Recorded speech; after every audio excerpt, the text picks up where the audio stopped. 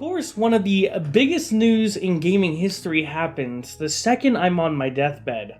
For those of you who are unaware, I've been sick pretty badly the last couple of days.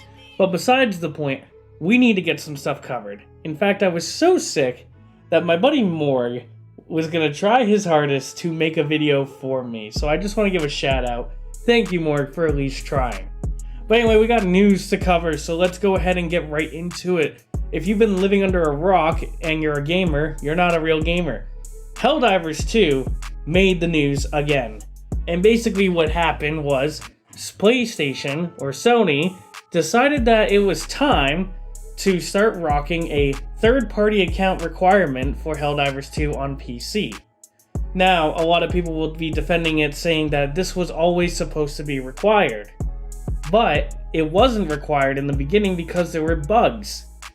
What this meant was this allowed the game to be purchased in countries that don't allow PlayStation Network. And because of that, a lot of people from countries that don't allow PlayStation Network bought the game. So, when all of a sudden the news of, oh, we're actually gonna require this soon, it started to cause some trouble for a multitude of reasons. First, let's go ahead and talk about the people who defended Sony for this decision. I don't know why you're white knighting a giant mega corporate company, but you do you, I guess, get a better hobby. The biggest issues I started seeing was, yes, this was required in the beginning, but it wasn't. That's why we didn't log in. You had a completely optional login for the PlayStation Network login requirement, and that was because of a bug. That's not on the consumer's fault. That's not their problem or anything of that sort. So the fact that you allowed this, and you continue to allow this, knowing that it was going to sell in countries that don't allow PlayStation Network, is very, very scummy.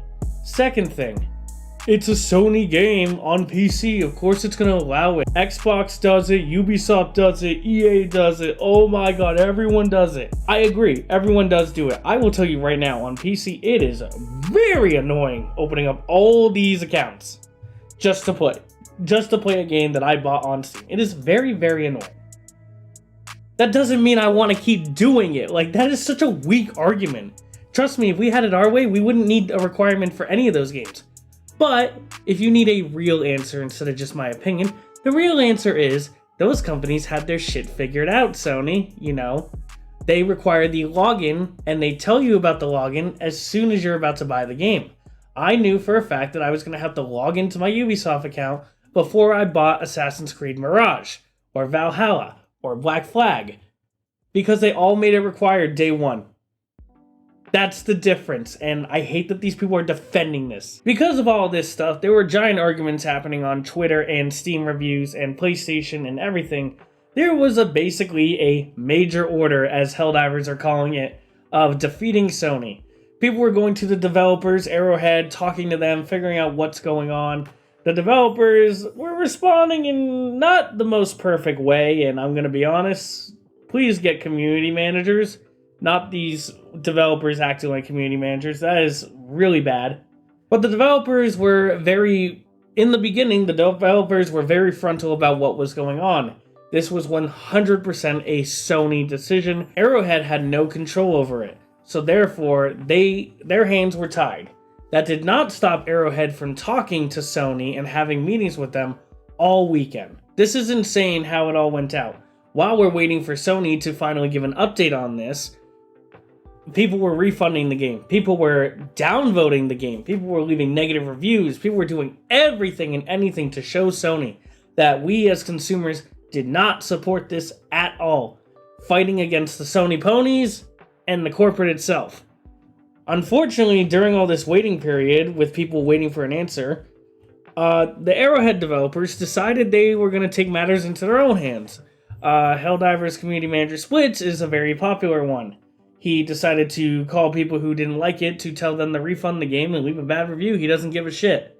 Now, I'm all for developers speaking their own mind. I really am. I'd rather you speak your own mind than talk through like an AI or a corporate tie telling you what to say. But you did it wrong. You insulted your community, and you should not have done that. You understood the community was upset. You understood that everyone was not in approval of this, But they also understood it wasn't your guys' fault. While you guys did know that this change was coming sooner rather than later, the Arrowhead are not completely unblameless.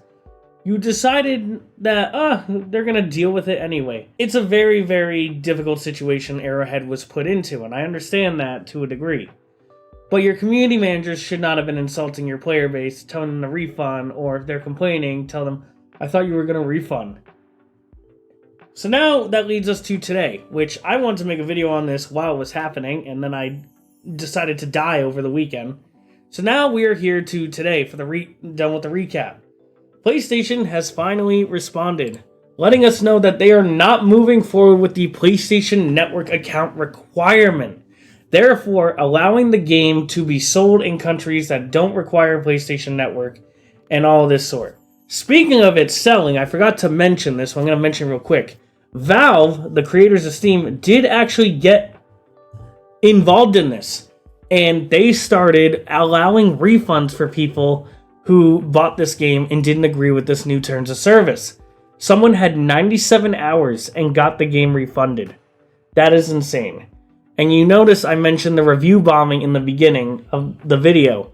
Not only did it get review bombed, Helldivers team members have gone ahead and fixed the reviews almost. It's at mix right now, but they are currently working on it. The all reviews is back to mostly positive, and the recent reviews are getting slowly put back up, showing that the PC community is not to be fucked with. It is insane.